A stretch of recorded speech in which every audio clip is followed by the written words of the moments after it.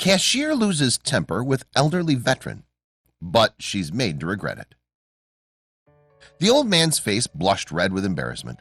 All these new checkout system confused him, and he felt terrible about holding up the line.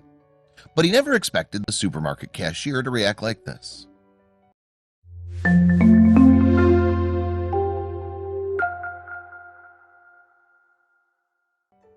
Tim McKellar, an elderly war veteran, was doing his weekly shop at the Dollar General store when it came time to check out. Usually, Mr. McKellar paid in cash. He never felt safe using his bank card, and if he was being honest, the new technology scared him a little. But when he looked in his wallet, he suddenly realized he'd left all his cash at home. This was very unlike Mr. McKellar. Before he leaves the house, he always makes sure he has his wallet, cash, keys, and mobile phone in case of emergencies. But with this particular day being the anniversary of his wife's death, the old man had set off for the grocery store in a bit of a fluster. And now the cashier was staring right at him, waiting for him to pay. With no choice but to use his bank card, Mr. McKellar reached into his wallet and handed the cashier the card. "Ahem, you have to touch it to the terminal, sir," said the cashier impatiently. "Oh, right," replied the old man. He'd never used contactless payment before, so innocently he pressed the card up against the keypad. The cashier rolled her eyes, snatched the card from him, and scanned the card herself. But now an error message flashed up on the screen. Mr. McKellar didn't understand any of this.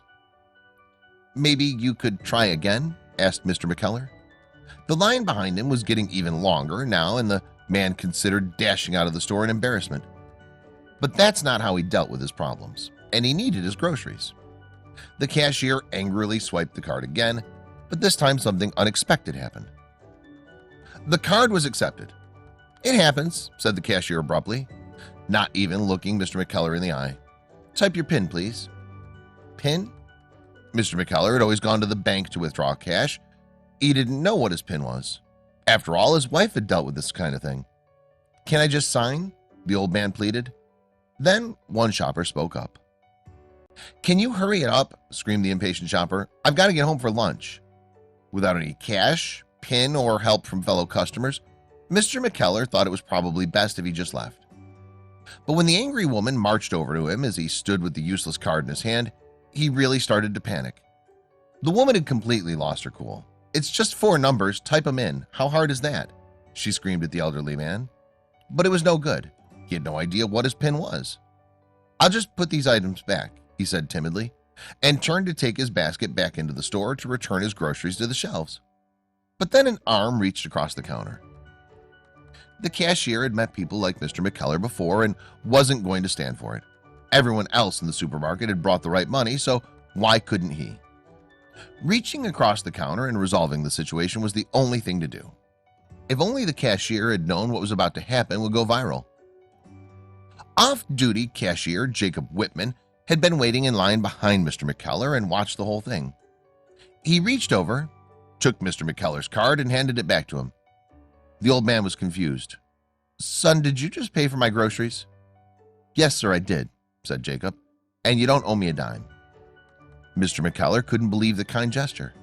And while he wasn't up to date on the latest financial technology, he was quite adept at social media for a man of his age. Mr. McKellar took a photo of Jacob so he could let the world know how kind he'd been. "Now this kid obviously makes minimum wage," he said in his Facebook post, "or close to it, and probably didn't have the extra money to spare. Let's give this Good Samaritan the acknowledgement that he deserves." And the Facebook community were happy to oblige. Mr. McKellar's post received more than 3,000 likes and was shared thousands of times. "Such an awesome act of kindness.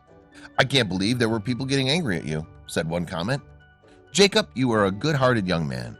Thank you for helping the elderly and veterans." "God bless you," another commenter wrote. Everyone's been in this predicament at some point in our lives.